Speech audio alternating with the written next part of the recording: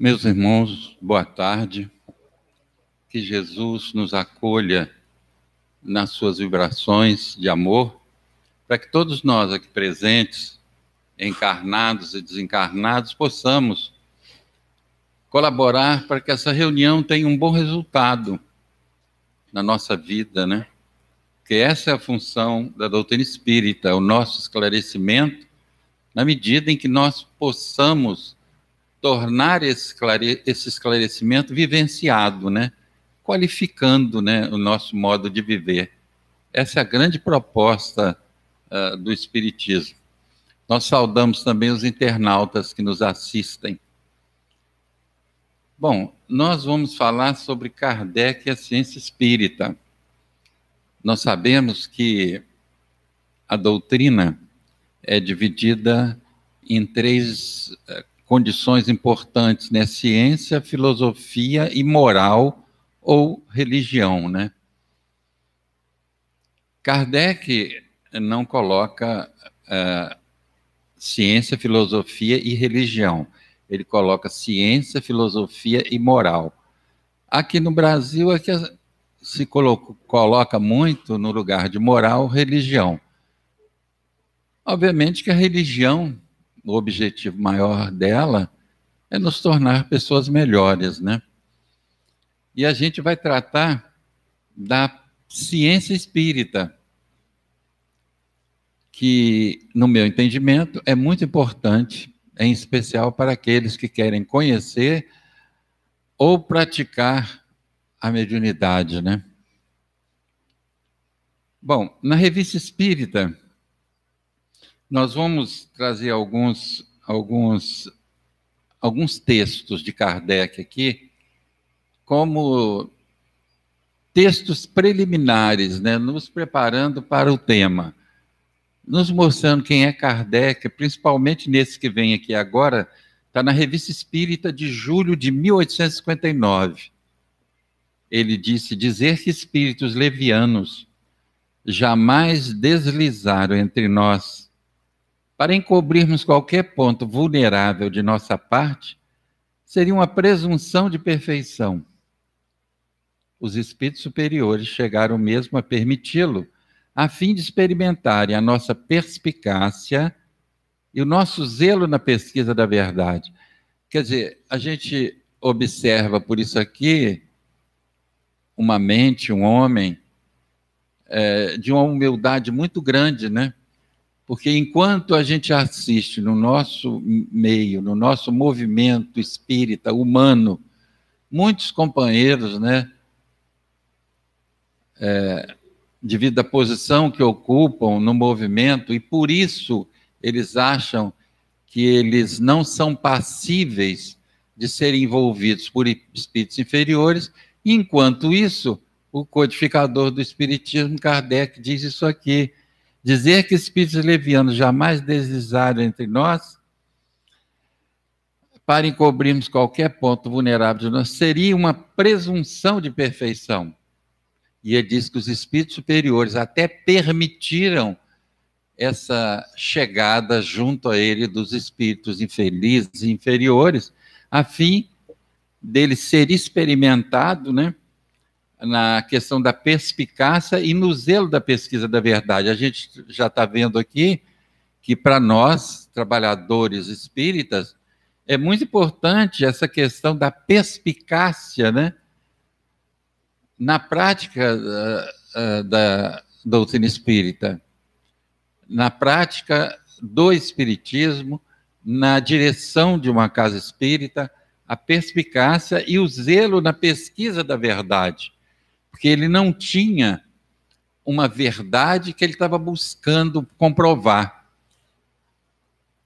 Ele buscava conhecer a verdade sem que ele tivesse antecipadamente uma proposta de verdade. Quer dizer, ele tinha a mente livre para as pesquisas que deram como resultado essa ciência, essa metodologia mediúnica. Vejam bem, o Livro dos Médiuns, né, é onde está consubstanciada toda a doutrina espírita. Quando havia a União Soviética antiga, E, àquela época, a União Soviética tinha um estudo de parapsicologia que era dos mais avançados, né? E uma das obras estudadas nos cursos de parapsicologia da União Soviética, que agora não existe mais, agora é Rússia, né? E aquela era o Livro dos Médiuns de Kardec. Tal a importância do conteúdo dessa obra, né? Polêmica espírita. Esse tema está na Revista Espírita de dezembro de 1858. Nós estamos trazendo esses temas para nós chegarmos a ver esse homem que propôs a ciência espírita, como ele pensava, como ele agia, inclusive, né? E ele, nesse tema polêmica espírita, ele diz o seguinte: a gente pode divergir de opinião sobre pontos da ciência, sem morder nem atirar pedras, o que é pouco digno e pouco científico. Olha, isso aqui, quem não conhece mais detalhadamente o movimento espírita, acha até possivelmente um pouco estranho, né?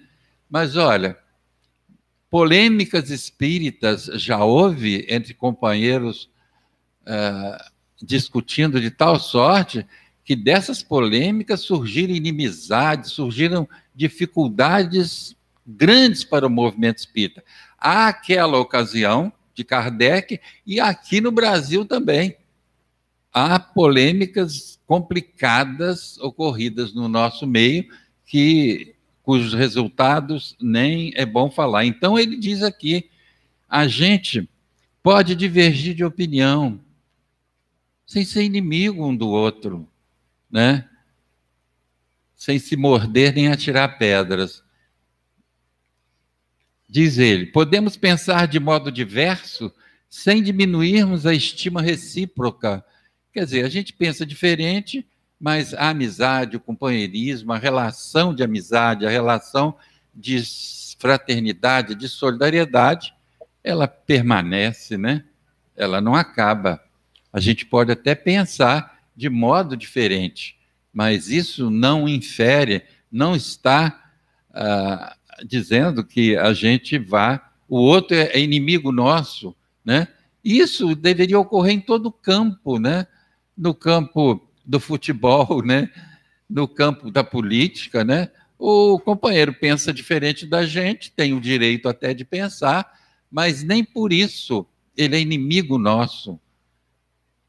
Infelizmente, no nosso país está havendo uma polarização cujo ódio está assumindo a vida do brasileiro, infelizmente, né? Quando a gente está precisando de uma dose muito grande de paciência, porque a relação humana está muito difícil, não é hora de pensar em arma. A arma do espírita, no nosso entendimento, porque os espíritos superiores dizem que a moral espírita é a moral genuína do Cristo. Não é a moral do movimento cristão humano, mas a moral proposta por Jesus, fazer pelo outro aquilo que gostaríamos que fosse feito por nós, e daí por diante, né? Diz Kardec ainda, afinal de contas, que buscamos nessa palpitante e fecunda questão do espiritismo? É uma pergunta para todos nós, né? O que nós estamos buscando aqui? Você já pensou nisso? O que você está fazendo aqui? O que você está buscando? Qual é a sua proposta em estar aqui? É preciso a gente avaliar isso, senão não tem significado, né? Diz ele, esclarecer-nos. Antes de mais nada, buscamos a luz, venha de onde vier. Quer dizer, o nosso projeto é o esclarecimento, porque é com base no esclarecimento que nós vamos criar um projeto de vida que vai nos qualificar, porque o propósito maior é nos tornar pessoas melhores, mais solidárias, mais fraternas, e daí por diante, né? Essa é a formação do homem de bem, né?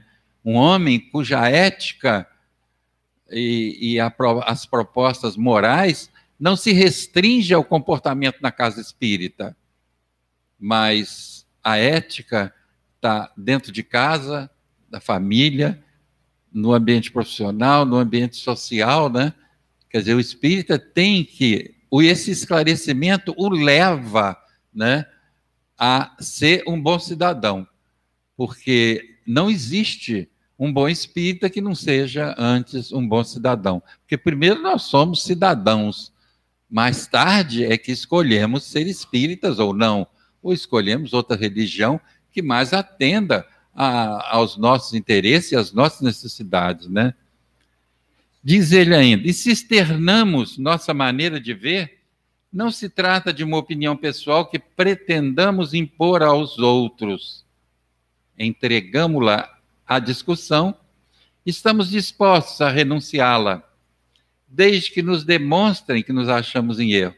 Quer dizer, enquanto alguns companheiros, devido aos cargos que ocupam, né, às vezes querem impor determinada atitude, né? Kardec diz aí, quando ele tem uma ideia e está numa discussão, ele apresenta a ideia não no sentido de querer impor a ideia, mas ele coloca essa ideia em discussão. E está disposto até, ele diz, entregamos a ideia à discussão, estamos dispostos a renunciá-la, desde que nos demonstre que nos achamos em erro.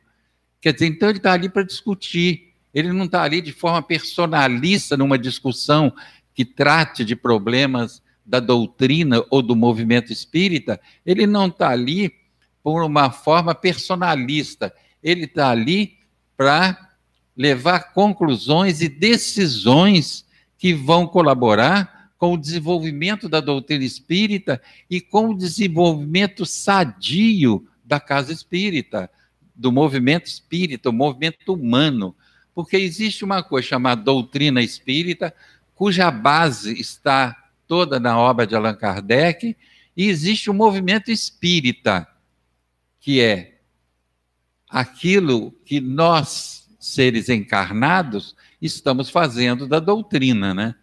Quer dizer, nem sempre o movimento espírita se comporta adequadamente com a doutrina, infelizmente, né? A gente viu isso acontecer também no cristianismo, né? Jesus jamais admitiria as cruzadas, a Inquisição.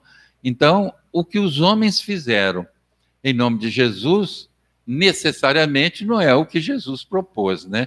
Então, a preocupação de Kardec foi essa sempre, de que o movimento espírita, ou seja, nós, seres encarnados, estivéssemos alinhados numa proposta que fosse coerente com a doutrina espírita, né? E não desviando, né, o conhecimento espírita, a prática espírita do seu rumo correto, né? Herculano Pires, José Herculano Pires, era filósofo, jornalista, um dos espíritas talvez de maior realce no nosso meio, pela sua intelectualidade, era jornalista em São Paulo. Olha a importância desse homem. Emmanuel, o guia espiritual de Chico Xavier, disse que Herculano Pires foi o metro que melhor mediu Kardec. Então, veja, de todos aqueles que estudaram a doutrina, estudaram as obras de Kardec, Emmanuel tira Herculano Pires e diz, este foi o metro que melhor mediu Kardec, ou seja, aquele que melhor conheceu e divulgou a obra kardeciana. Está aí o retrato dele. Esse livro, Ciência Espírita e suas implicações terapêuticas, da edição Paideia, ele é muito importante. Essa aí é a capa do livro. E ele diz o seguinte, o Herculano Pires, né? A ciência espírita foi obra de Kardec. Por quê? Porque se são três faces do espiritismo, ciência, filosofia e moral, a filosofia e a moral resultam dos ensinamentos dos espíritos superiores, inegavelmente. Mas a ciência espírita foi obra de Kardec, mesmo porque espírito desencarnado não faz ciência no mundo físico. Ele não faz pesquisa de campo. Quem fez a pesquisa de campo, quem correu atrás, né, para criar a metodologia que mais tarde se constituiria na ciência espírita foi Kardec. Então, a ciência é obra de Kardec. Agora, a filosofia e a moral espírita são obras, as duas, dos espíritos superiores, né?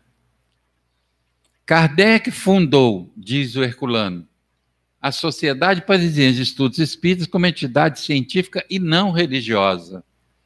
Isso parece de pouca importância, mas não é não. Não fosse isso, olha, a espiritualidade escolheu para vir codificar a doutrina espírita um pedagogo. E a gente reconhece essa condição quando a gente estuda o Livro dos Espíritos e vê a sequência em que ele colocou os temas, né, para estudo em toda a sua obra, não é só no Livro dos Espíritos. E aí a gente reconhece ali o pedagogo, né, e o pesquisador, né. Então, ele diz, o Herculano, que Kardec fundou a Sociedade Parisiense de Estudos Espíritas, mais tarde, Sociedade Espírita de Paris, como uma entidade científica, onde ele pesquisou o fenômeno e pôde, dessa pesquisa, tirar essa metodologia extraordinária que se constitui na ciência espírita, e não como uma instituição religiosa. Dedicou-se a pesquisas exaustivas e fundou a Revista Espírita para divulgação ampla e sistemática dos resultados dessas pesquisas. Quer dizer, aquela época de Kardec não havia reunião como essa, onde a palestra, passe, água magnetizada. Havia conferências, havia palestras, sim, mas não havia passe, água magnetizada. Essa reunião é tipicamente brasileira, né? Mas havia reuniões privativas de prática mediúnica. Sim, é nessas reuniões privativas de prática mediúnica é que ele desenvolveu a ciência espírita, né? Quer dizer, naquela época só havia dois tipos de reunião. Uma, que era as reuniões mediúnicas, privativas, e as reuniões públicas, que eram conferências, palestras, mas que não tinham essa conotação de passe, água magnetizada que tem aqui no Brasil, né? Aliás, a Federação, eu falo sempre isso, a Federação Espírita Brasileira denominou esse tipo de reunião, como essa de hoje, de reunião de assistência espiritual. E é. Porque nessa reunião, os espíritos, às vezes, que nos acompanham, às vezes até nossos familiares, que não estejam em muito boas condições no mundo espiritual, são trazidos a reuniões como essa para serem esclarecidos, ajudados, orientados, né? Quantos nossos benfeitores fazem nos acompanhar à casa espírita no dia que nós vamos numa reunião pública de espíritos necessitados para que eles possam receber o esclarecimento, né? Richer, um cientista daquela ocasião, contemporâneo de Kardec, Charles Richer, reconheceria no Tratado de Metapsíquica que Kardec jamais fizera uma afirmativa que não tivesse sido provado. Eu estou mostrando isso tudo para ver o homem que criou a ciência espírita. Não era um lunático, não era um místico. É isso que eu acho importante, porque todo o projeto dele foi experimental. Ele chega a dizer, num tema na Revista Espírita de janeiro de 1866, quando ele fala considerações sobre a prece no Espiritismo, ele diz, eu faço filosofia experimental e não especulativa. Eu não especulo nada. Eu busco o que é verdadeiro no fenômeno e o que não é. Então, veja, Richer, um grande cientista daquela ocasião, na sua obra Metapsíquica, Tratado de Metapsíquica, ele diz que Kardec jamais fizera uma afirmativa que não tivesse sido provada, ou seja, ele era um pesquisador. E há uma pequena biografia do Kardec, eu esqueci agora o nome do autor, mas é uma pequena biografia em que ele fala sobre a honestidade intelectual de Kardec. Isso é muito importante pela credibilidade que ele tinha, inclusive na ocasião, àquela época, né? Pela sua honestidade intelectual, né? Doutrina espírita, ciência. A ciência espírita não tem nada necessariamente a ver com a ciência oficial. Ela trata exclusivamente da relação nossa com os espíritos e vice-versa, e do estudo e pesquisa do mundo espiritual. Esse é o propósito da ciência espírita. Ciência, como resultado dessa ciência, o que surgiu? Surgiu o conhecimento filosófico trazido pelos espíritos. Quer dizer, Kardec criou um projeto, uma metodologia mediúnica, que através dessa metodologia vieram os espíritos superiores e ditaram uma filosofia de vida que nos ajuda a construir um mundo melhor em nós e ao redor de nós. E dessa filosofia resulta uma moral que, segundo os espíritos superiores, é a mesma moral do Cristo. É a moral genuína do Cristo. Tanto que quando a gente pega o Evangelho segundo o Espiritismo, a gente vê, Kardec cita primeiro o texto evangélico, né? O texto, a parábola, depois ele explica, segundo a doutrina, ele dá a explicação daquele texto do Evangelho, aí depois vem a instrução dos espíritos a respeito daquela palestra ou daquela passagem. Quer dizer, então, o Evangelho segundo o Espiritismo é o ensinamento de Jesus explicado pelos espíritos superiores, né? Iniciação de Kardec. Nós vamos colocar essa iniciação aqui porque ela é importante para que nós vejamos também e conheçamos aquele que vai codificar mais tarde a doutrina espírita.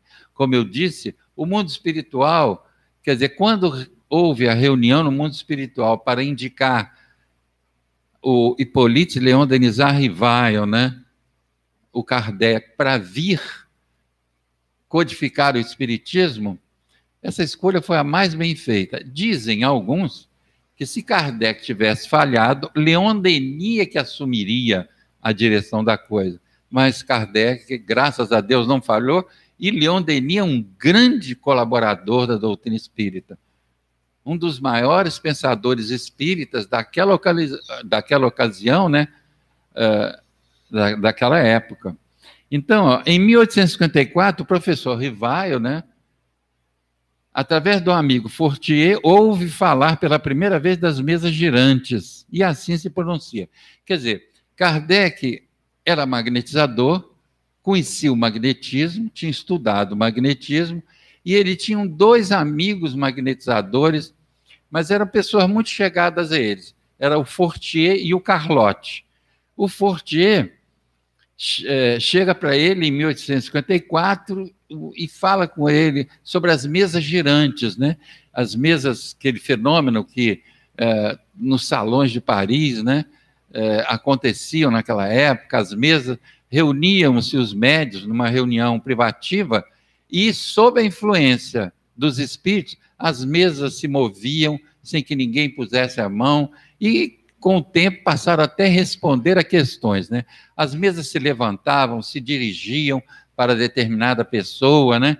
Então, Kardec, quando o Fortier disse que as mesas girantes, né, falou sobre as mesas girantes, Kardec diz o seguinte: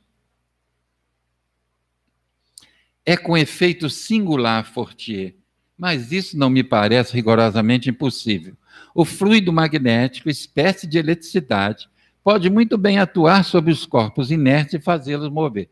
Quer dizer, Kardec, quando é apresentado a ele por Fortier, um amigo dele, magnetizador, o fenômeno das mesas girantes, ele falou: isso aí não é impossível. O magnetismo pode agir sobre os corpos inertes e movimentá-los. Essa foi a resposta dele. Continuando, novo encontro entre Rivail e Fortier. Quer dizer, novamente Fortier encontra o professor Rivail e olha o que ele diz. Mais extraordinário do que fazer uma mesa girar e andar, Rivail, é fazê-la falar. Perguntam e ela responde. Quer dizer, um homem que inicialmente disse que a mesa poderia, sob influência magnética, né? Agora o Fortier vem dizendo para ele que a mesa, além de se movimentar, responde a questões. Quer dizer, se traça um método, né, através do qual uma batida de um pé da mesa é uma letra, outra, você vê que dificuldade eles tinham para construir uma frase, né? Mas a mesa respondia questões até feitas só mentalmente. Quer dizer, era uma coisa extraordinária, né? Quando o Fortier diz isso para ele, as mesas estão respondendo a questões, Kardec diz o seguinte, aliás, Rivail ainda, né? Isso é outra questão, Fortier. Só acreditarei se vir ou se provarem que a mesa tem cérebro para pensar, nervos para sentir e que pode tornar-se sonâmbula. Até então, permita-me que considere isso uma história fabulosa. Veja bem a mente desse homem. É isso que é importante a gente entender. A importância, redundantemente falando, a importância de Kardec na codificação da doutrina. Não é um lunático, um místico, é um homem de ciência, é um pedagogo, é um pesquisador, né?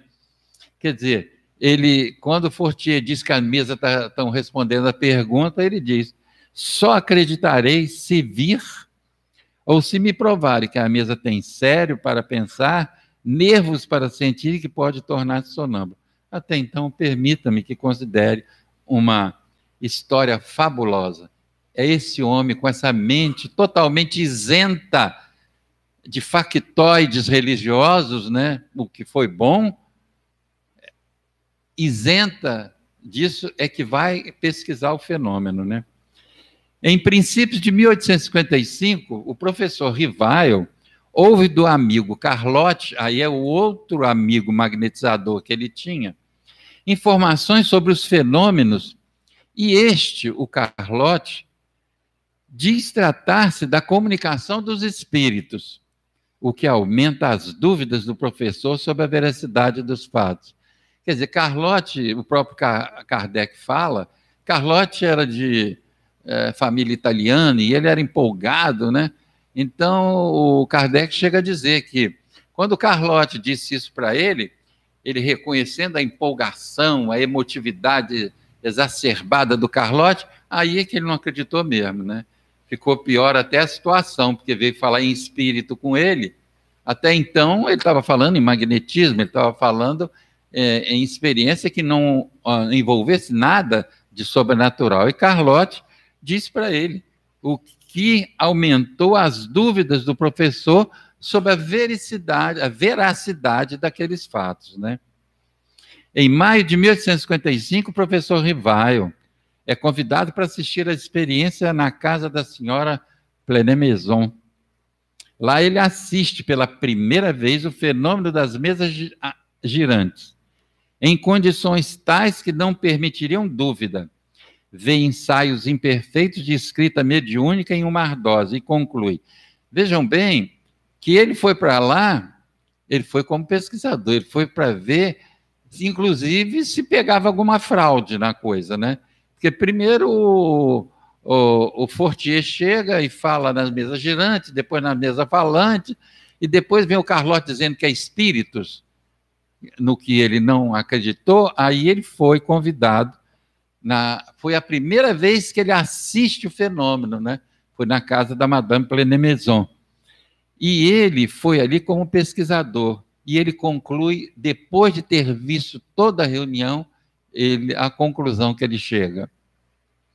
Entrevi oculto naquelas futilidades aparentes, e entre aqueles fenômenos que se faziam passar tempo, algo de muito sério.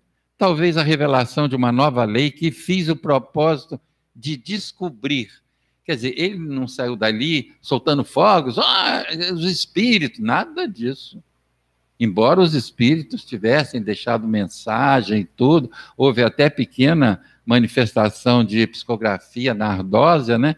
Mas ele não saiu empolgado, não. Ele falou assim, eu vou pesquisar para dizer algo estranho acontece, tranquilo. Não é do meu conhecimento, isso num texto mais dilatado dele. Não é do meu conhecimento as causas, aquilo que origina esses fenômenos. Agora, eu vou procurar, eu vou pesquisar para descobrir a lei que resulta nesse fenômeno, né?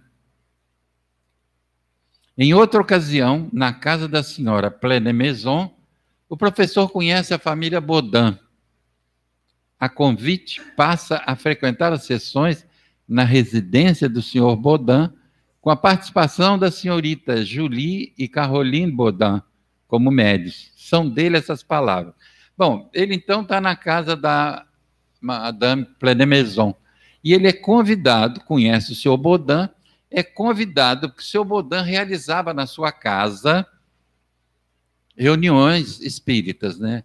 E ele tinha duas filhas, meninas ainda, que eram excelentes médiums, e até a empregada doméstica lá na casa da família Baudin era médium. E quer dizer, então ele se transfere para lá. E essas duas meninas, a Julie e a Caroline, foram extraordinárias médiums no trabalho de Kardec. São dele essas palavras. Foi ali, quer dizer, na casa, nas reuniões da família Baudin, que fiz os meus primeiros estudos sérios sobre espiritismo. Não tanto pelas revelações, como pelas observações. Olha, outra coisa interessante, ele não se empolgava com revelação de espíritos, não. Ele queria observar para ver se aquela manifestação era coerente, era consequente, era verdadeira, ou era uma mistificação ou coisa parecida. Porque é muito comum no nosso meio algum espírito se manifestar e todo mundo até, né, fazer reverência. Que negócio é esse? Vamos primeiro ver, essa é a própria orientação do codificador. Primeiro, aliás, São João já dizia, vamos primeiro ver se o espírito vem de Deus, né? Não, diz São João, não acrediteis em todos os espíritos. Quando São João diz que não acrediteis em todos os espíritos, é porque tem espíritos que a gente pode crer, né? Ele diz, não, está lá no Evangelho, isso aí não é criação espírita, não. Está lá no Evangelho de São João dizendo, não acrediteis em todos os espíritos, mas procurai ver se eles vêm de Deus. É o que Kardec fazia. Ele, quando uma manifestação surgia, ele não se empolgava com ela. Vamos ver a qualidade dessa manifestação. Vamos ver se essa é uma manifestação real de um espírito bom ou se é uma manifestação de um espírito em dificuldade, querendo se passar por um espírito bom. Mas até nisso ele aprendeu. Ele aprendeu a tirar o fenômeno mediúnico de tudo aquilo que era supérfluo no fenômeno mediúnico naquela ocasião. Vejam bem, a Umbanda, o Candomblé no Brasil, tem importâncias sociais e espirituais enormes. Nós temos que orar muito para que os nossos irmãos umbandistas e candomblecistas possam desempenhar as suas religiões como nós desejamos desempenhar a nossa. Mas vocês veem que a prática mediúnica, ela é diferente. Então foi aí que Kardec encontrou esse veio, né, extraordinário, de onde ele tirou tudo que era supérfluo. A prática espírita mediúnica não exige uniforme especial, não exige roupa branca, não é a cor branca que vai purificar o sentimento do médium para que ele possa dar uma manifestação coerente. A cor da roupa não vai mudar em nada o sentimento do médium, né? Então ele diz muito bem, ele fez os primeiros estudos sérios, mas não tanto pelas revelações dos espíritos, mas pelas observações, porque ele diz que o espiritismo é uma ciência de observação, né? Apliquei à ciência o método experimental, não aceitando teorias pré-concebidas. E observava atentamente, comparava e deduzia as consequências. Dos efeitos, procurava elevar-me às causas. Pela dedução e encadeamento dos fatos, não admitindo por valiosa uma informação, senão quando ela podia resolver todas as dificuldades da questão. Quer dizer, o Espírito informou alguma coisa, vamos ver se essa informação dele resolve todas as questões inerentes àquilo que foi perguntado a ele. Vamos dissecar essa manifestação. Veja a honestidade intelectual dele, como a seriedade como ele levou a codificação do Espiritismo. Há um espírito chamado Georges, que no Evangelho segundo o Espiritismo tem algumas mensagens dele. Mas um dia, Kardec pega uma mensagem desse espírito e que há um erro doutrinário ali. Não é porque é espírito que está ditando a codificação, um espírito considerado superior, que ele não iria analisar. Ele colocou na Revista Espírita, por isso que o estudo da Revista Espírita é bom, é importante. Ele colocou a mensagem na Revista Espírita e discutiu ali o equívoco que havia. Mas ele chega a dizer, isso não tira a superioridade do espírito George, porque o espírito superior não é um espírito puro. Só o espírito puro é que necessariamente não vai se equivocar. Mas nós, conhecendo a doutrina espírita, nós vamos, em lendo, em avaliando uma mensagem dos espíritos, nós teremos condição de ver se é coerente ou não. Mas, para isso, há necessidade de conhecer a doutrina, principalmente a base da doutrina, né? Então, ele diz que não admitindo por valiosa uma informação, senão quando ela podia resolver todas as dificuldades da questão. O pesquisador, né? Ele próprio mostrando aqui, né? No ano seguinte, 1856, o professor Rivaio acompanhou também as reuniões espíritas na casa do senhor Rustam e da senhorita Japfé. E ele assim se expressa: tendo-me relacionado com outros médiuns, sempre que se me oferecia ocasião, a aproveitava para propor algumas das perguntas que me pareciam espinhosas. Veja bem, ele já tinha um material excelente obtido, né, através desses médiuns da confiança dele. Ele já tinha um material filosófico extraordinário, mas havia alguns pontos que para ele eram espinhosos. Mas quando ele encontrava um médium bom, ele submetia também, voltava a submeter aquela questão ou aquelas questões que ele achavam que eram mais complexas, submeter aquele novo médium para ver o que viria daí, né? Ver que foi um homem que teve um trabalho de pesquisa que não foi brincadeira, né? Foi assim que mais de 10 médiuns prestaram a sua assistência ao trabalho. E foi da comparação e da fusão de todas essas respostas, coordenadas, classificadas e muitas vezes remoídas no silêncio da meditação, que formei a primeira edição do Livro dos Espíritos, aparecida em 18 de abril de 1857. Veja, esse mês de abril é muito importante. Que dia é hoje, hein? 13.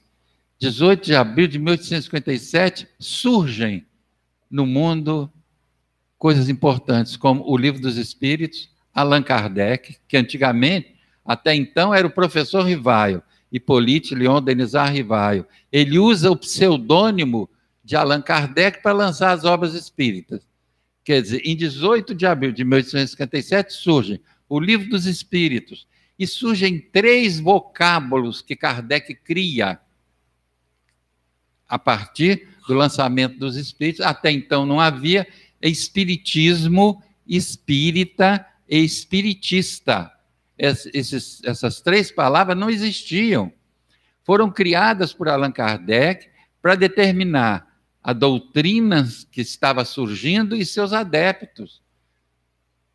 Está lá no prefácio do Livro dos Espíritos, Kardec explicando isso. Por que ele criara esses 3 vocábulos para diferenciar daquilo que normalmente se chamava de espiritualismo, né?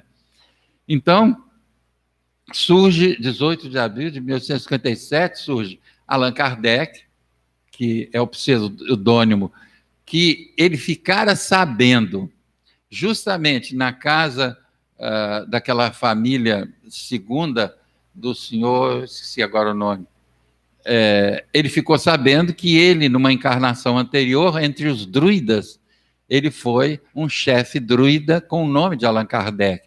Aí ele, para não confundir as obras intelectuais que ele já tinha lançado sobre ensinamento na França, modificando o ensinamento público na França, quer dizer, ele tem várias obras, como Hippolyte Léon Denisard Rivard, o professor Rivard. E para não confundir isso com essas novas obras, ele lança como Allan Kardec.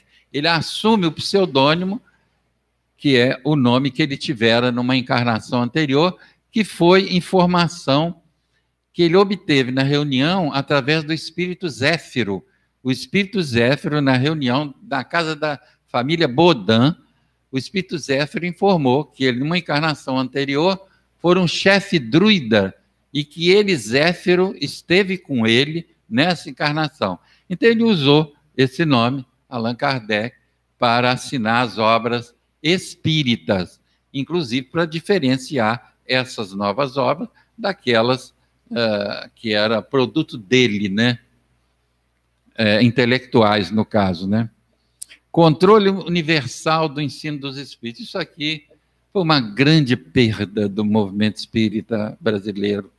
Foi uma grande perda, porque isso aqui é que nos ajuda a construir e a divulgar e a desenvolver uma doutrina espírita coerente e consequente. Está lá no Evangelho segundo o Espiritismo, na introdução. Ele diz: uma só garantia séria existe para o ensinamento dos espíritos: a concordância que haja entre as revelações que eles façam espontaneamente, servindo-se de grande número de médiuns, estranhos uns aos outros e em vários lugares. Quer dizer, é a concordância universal da informação espírita. Sem essa concordância não existe doutrina espírita. Se nós temos na obra de Kardec uma obra que até hoje não foi contestada nos seus itens, é porque ele usou esse critério. E nós temos muitas obras, até de médiuns importantes aí, que tem 1 ou 2 temas contestados, né? Mas por quê? Porque não se usa mais esse controle universal da informação espírita. Isso aqui é de suma importância. Médium hoje em dia não quer submeter a sua obra psicográfica para alguém que conheça mais que ele revisar, para ver se ela está de acordo com a doutrina, né? Dá status, né? Kardec e a ciência espírita. O espiritismo, diz ele, é ao mesmo tempo uma ciência de observação e uma doutrina filosófica. Como ciência prática, ele consiste nas relações que se estabelecem entre nós e os espíritos. Como filosofia, compreende todas as consequências morais que dimanam dessas mesmas relações. Quer dizer, por isso que Deolinda Morim diz que ciência, filosofia e religião têm que ser estudadas em conjunto, não separadamente.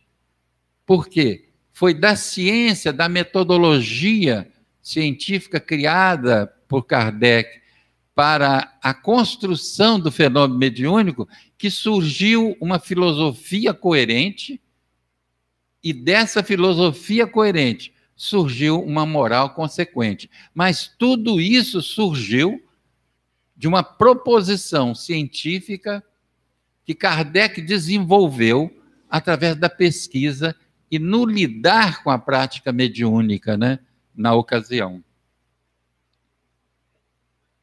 Podemos defini-lo assim: o espiritismo é uma ciência que trata da natureza, origem e destino dos espíritos, bem como de suas relações com o mundo corporal. Quer dizer, então, o Espiritismo como ciência, ela visa, né, o estudo, né, da natureza, origem e destino dos espíritos. E, em consequência, das suas relações conosco e vice-versa, né? Na Revista Espírita de janeiro de 1863, ele diz o seguinte: a mediunidade é o meio direto de observação. O médium, permita-me a comparação, é um instrumento de laboratório pelo qual a ação do mundo invisível se traduz de maneira patente. E pela facilidade de repetição das experiências, permite-nos estudar o modo e as nuances desta ação. Destes estudos e observação nasceu a ciência espírita. Então, veja bem, um fato, ele é científico a partir do momento que, sob as determinadas influências, ele se repete. E o que é que acontece com o fenômeno mediúnico? Nós estamos falando de fenômenos mediúnicos sob uma metodologia coerente como a ciência espírita. Então, a gente vai numa casa espírita bem orientada, na sua reunião mediúnica, nós assistimos fenômenos e vão numa outra casa espírita, bem orientada também, na sua reunião mediúnica, nós assistimos aqueles fenômenos que assistimos na outra casa espírita, porque os fenômenos se repetem. Lógico que cada fenômeno trazendo um conhecimento novo, uma proposta nova, mas o fenômeno em si, ele se repete diante das mesmas circunstâncias e sob as mesmas influências do meio e do próprio médium, né? Então ele diz, e pela facilidade de repetição das experiências. Então, porque o fato é científico a partir de que ele possa ser repetido dentro das mesmas circunstâncias que foi obtido a primeira vez. Isso ocorre com o fenômeno mediúnico bem orientado. Não o fenômeno mediúnico à revelia. Uma reunião mediúnica há que ter um ambiente, porque o meio influencia o fenômeno. No Livro dos Médiuns nós temos lá influência moral do médium sobre o fenômeno, influência do meio sobre o fenômeno, quer dizer, porque ele obteve isso nos estudos e na pesquisa que fez. E foi isso que fez com que ele construísse essa ciência e passasse para nós a melhor proposta de envolvimento sério e qualificado com a mediunidade. É uma pena que muita gente não dá o valor que ele tem, né? O que faz a principal autoridade da doutrina, diz ele na Revista Espírita de janeiro de 1868, ele desencarnaria no ano seguinte, né? É que não há um só de seus princípios que seja produto de uma ideia pré-concebida ou de uma opinião pessoal. Todas, sem exceção, são o resultado da observação dos fatos. Nada era consequência, né, na doutrina, nada vamos dizer, é da cabeça dele. Nada na doutrina, como filosofia, é da cabeça dele.